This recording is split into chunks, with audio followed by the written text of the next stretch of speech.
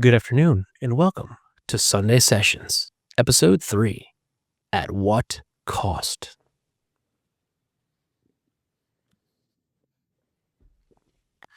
Was that dramatic enough?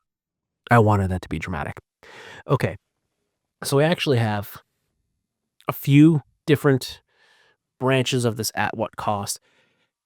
And if you've seen any of my videos, not just this Sunday Sessions series, any of my videos, you know that I have a tendency to go off on a tangent and get off topic.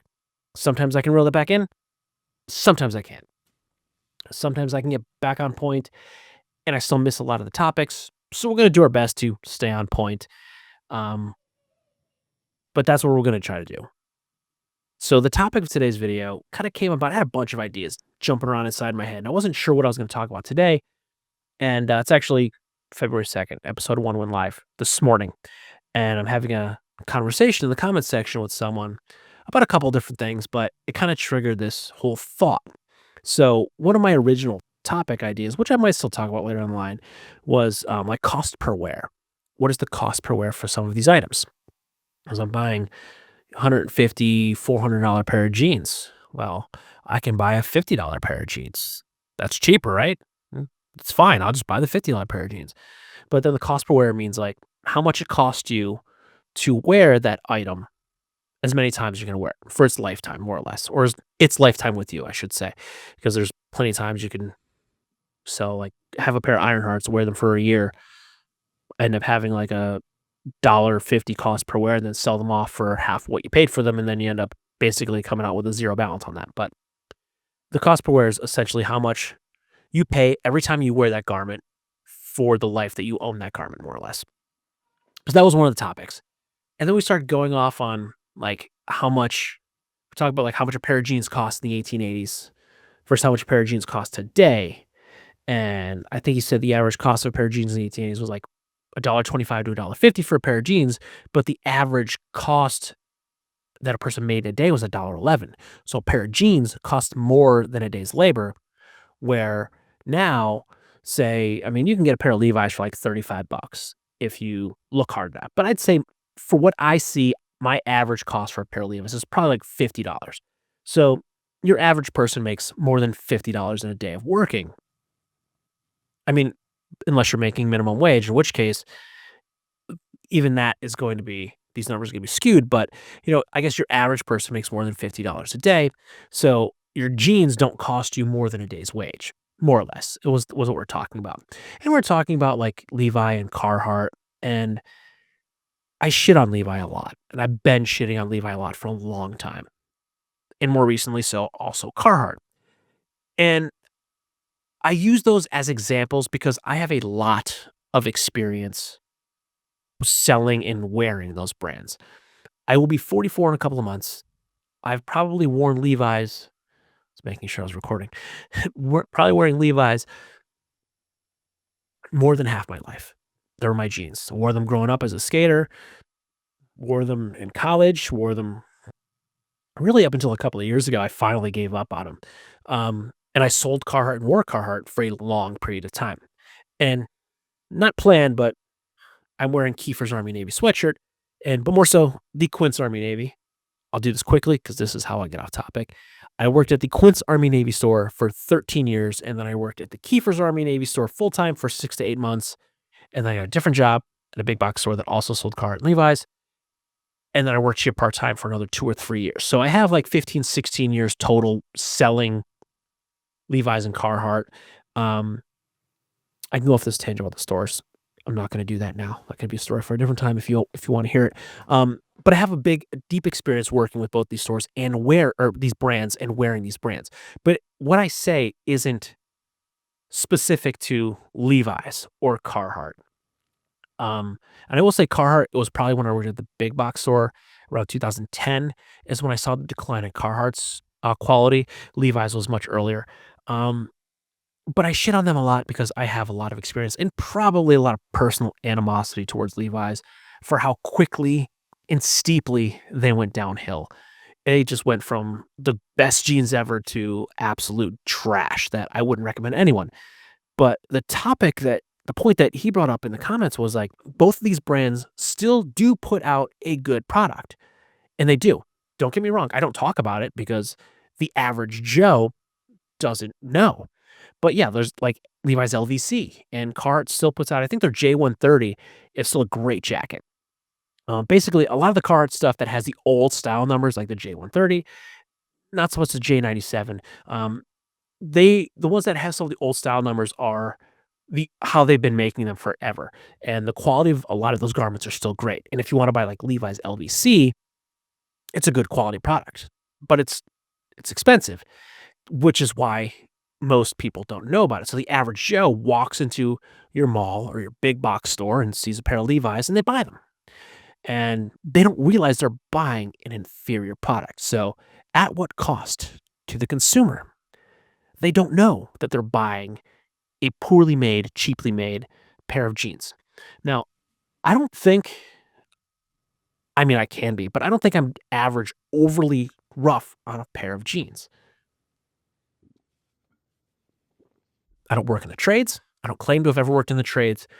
I used to do side jobs with my buddies. One of my buddies was a tree trimmer, a professional tree trimmer.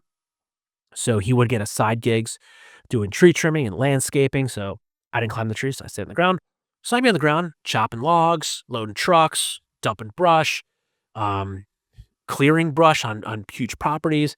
I detailed cars. I don't know. I did a whole bunch of side hustles when I was fresh out of college because I needed money. I didn't have a good job. I mean, I worked at an Army Navy store, mom and pop store, not making a ton of money, but best job I ever had. Would not change anything about that for the world. But I did all these side hustles. And like now, you can call me a weekend warrior. I mean, do far less now than we did, but like we did carpentry projects. Me and my buddy, we would build stuff. Like he wanted a deck, we built a deck. I wanted a deck, we built a deck. Like last year, we put up a new fence. I painted the fence. Actually, we put up two new fences. The side fence we had to completely replace, and then the back fence, I had to replace a couple of posts and one panel, and I had to repaint all that. Did some tree trimming. So like we still do active things. Like we cleared a huge space of land on his property last year, and I did that in like my Brave Star uppercut jeans, and they held out like a champ. If I did that on a pair of Levi's, that would have been done in a day. So I do actually I do work in some of these clothes. I put in work in some of these clothes. Maybe not nearly as much work as some do, but I put in a fair amount of work. But average, I don't think I'm doing much more than the average Joe would. I work in an office. I am a corporate videographer. So in the summer months, I probably am more active running around, filming, doing on shoots, lifestyle shoots and stuff on location. But throughout the winter, doing studio stuff, mostly in the editing bay. And a pair of Levi's lasts me 3, 4 months, no matter what I'm doing. I could be running my ass off. I could be doing a carpentry project. We could be building a deck, putting in a pool, framing out walls in a basement, or I could be sitting at my desk. And no matter what I'm doing, a pair of Levi's lasts me 3 or 4 months. And they're only lasting me 3 or 4 months. And my point is that I'm not doing a lot out of the ordinary that your average Joe wouldn't do. But average Joe doesn't know that Levi's does put out a more expensive, better quality product. They just see what they're putting out in this big box store or what you can get on Amazon, and that's what they're buying. That's the product they're buying. So the cost to the consumer is $50 for a pair of jeans every month, every 4 months, we'll say. So every 4 months, $50 for a new pair of jeans.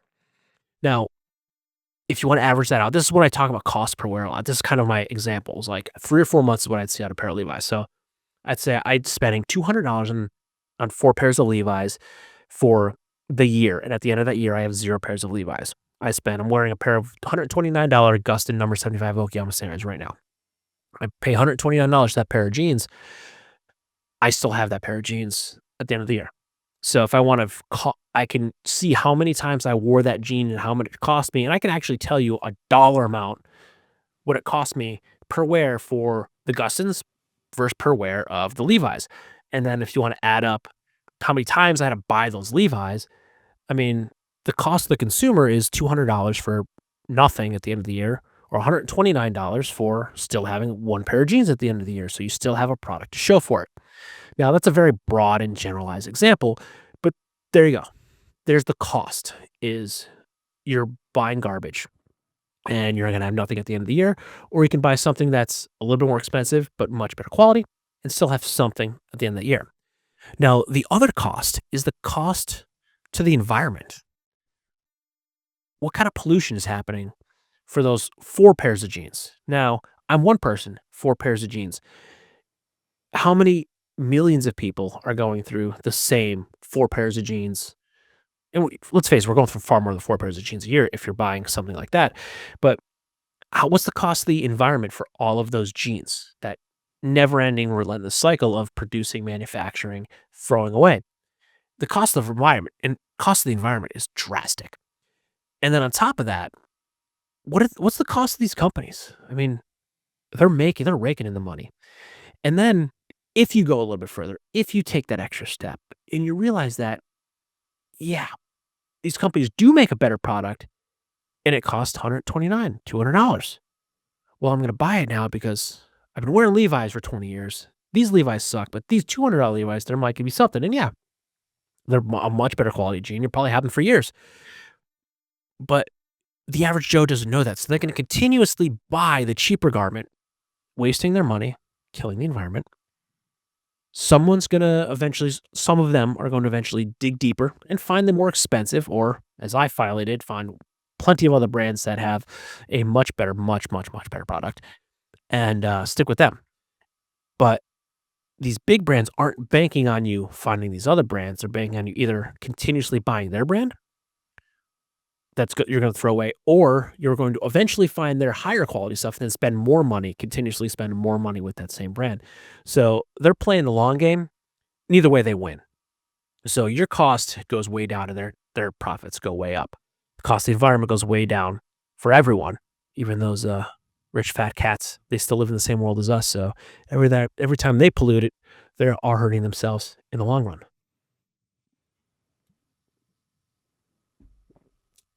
One of the things that he brought up was a statistic that the average American wears a garment about 7 times before they discard it. And I thought about that for a little bit, and I was like, well, I don't think I do that. Wearing the sweatshirt that I've had for 15, 20 years. Well, my cost per wear on this is I'm in the positive because I didn't pay for this. I worked at the store, so it was free. But I've certainly don't wear it nearly as much as I used to, but I've certainly worn this sweatshirt more than 7 times. And then I got to thinking, like, well, yeah, my wife does that all the time. I know this because I'm the one that moves the hoodies. So she gets a couple of hoodies, and they go in the hooks by the back door. Well, they get full because she got more hoodies. So then I put them on a coat rack that's deeper in the house. Then she gets more hoodies. Then the coat rack that's deep in the house is full, so then they go from that coat rack to the closet. Then the closet gets full. Then they go in a pile. The pile gets full. Then they go to garbage bag, and I take them to the Goodwill. So she has all these clothes that she just buys. They're 30, 40, 50 bucks, whatever.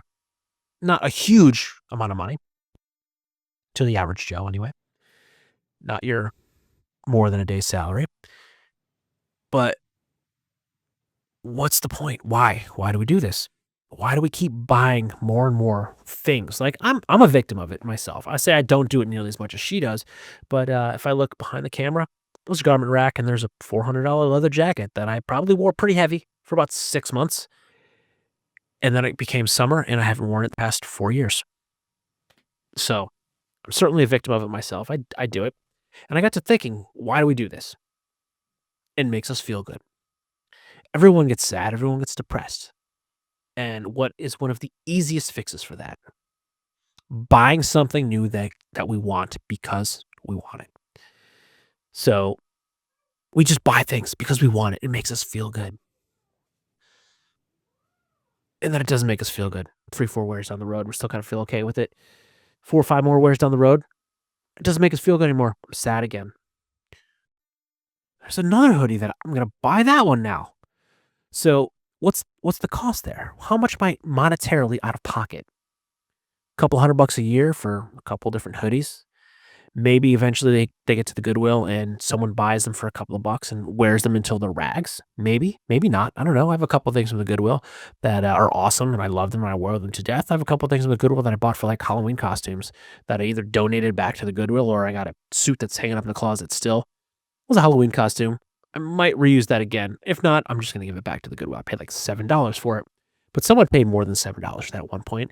How much did they wear it? I don't know. Looked pretty much brand new, way out of date, but basically brand new. But what's the cost to our mental health if I'm fixing feeling sad by buying something that fills a temporary hole that then opens back up? That I then buy more to fill that temporary hole. And you're not going to fix depression. It's it's in society. You might make yourself happy. You might find something that makes you happy, makes you live a happier life, be a happier person. But as a whole, depression's not going away. It's gonna be there.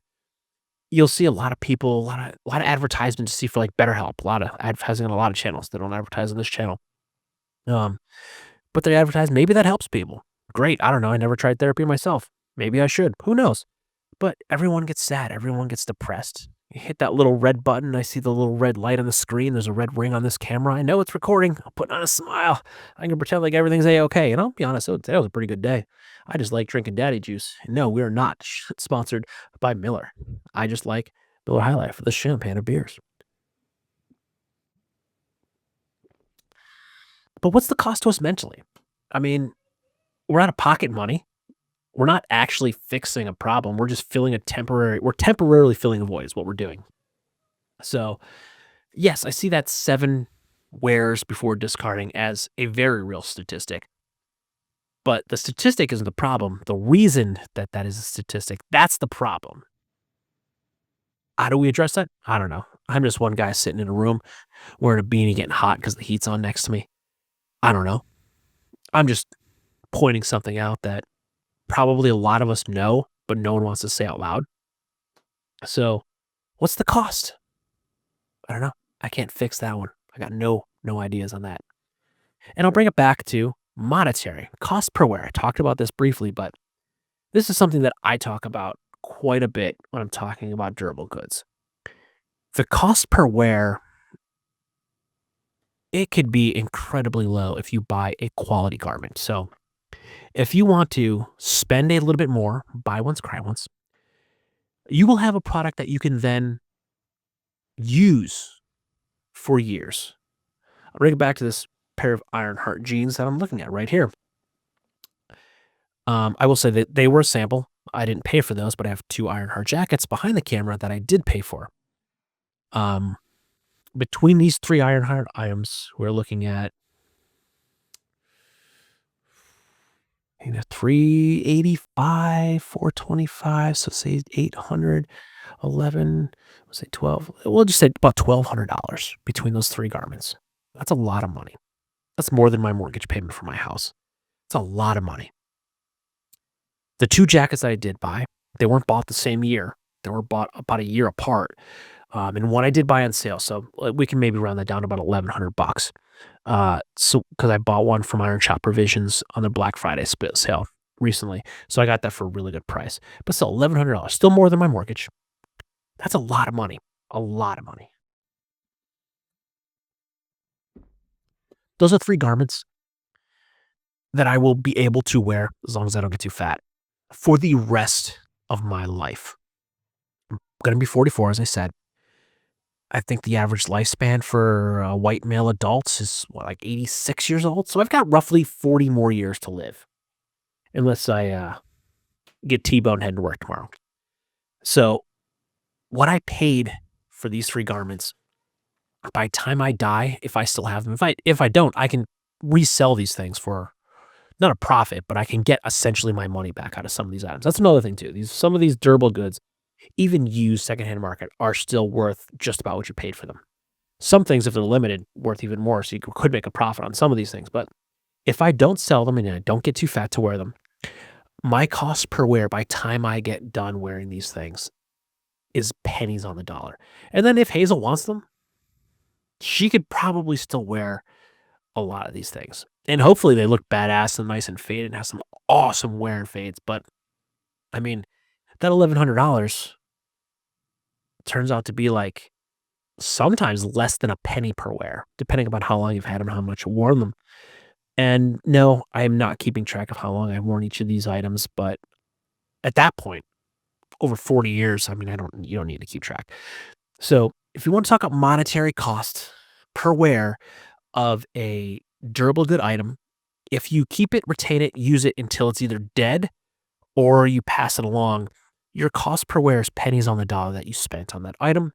Where if you bought a cheaper, lower quality item, is going to be more like dollars on the dollar. So I think I averaged it out. I did the math a couple of times, but I want to say it was somewhere around, I don't know, what, 50 cents or so maybe per wear of a pair of Levi's by the time they're done. And then if I average that, some of these jeans, these durable good jeans, was like something like 2 cents for some of the, like maybe the Gustins are like $130 and maybe something like 4 cents for like a pair of Ironhearts. That's a drastic difference. But food for thought. I don't know. Random shit that pops around in my head while I'm walking the dog. The things I think about, I don't know. Maybe that was deep. Maybe that was stupid. I don't know. You tell me. You let me know. If you have any topics that you'd like to hear me talk about, any questions that you'd like to have me answer, there is an email in the description box down below. Shoot that to me. If you want to be anonymous, just leave a little note in there that says, hey, I want to be anonymous. If you want me to mention you or anything, you can hit me up on IG. I can throw your IG handle out there. I can throw anything out there you want. If you want to be mentioned, feel free to do so. But if you want to remain anonymous, make sure you let me know so I don't accidentally say your name. But there we have it. That's what I got for you for today. I'm gonna go cook some dinner now because it's getting to about that time. And also, I think it's beer 30. At least somewhere in the world it is. Thanks for sticking around and listening to me ramble. Have a good one. Good night.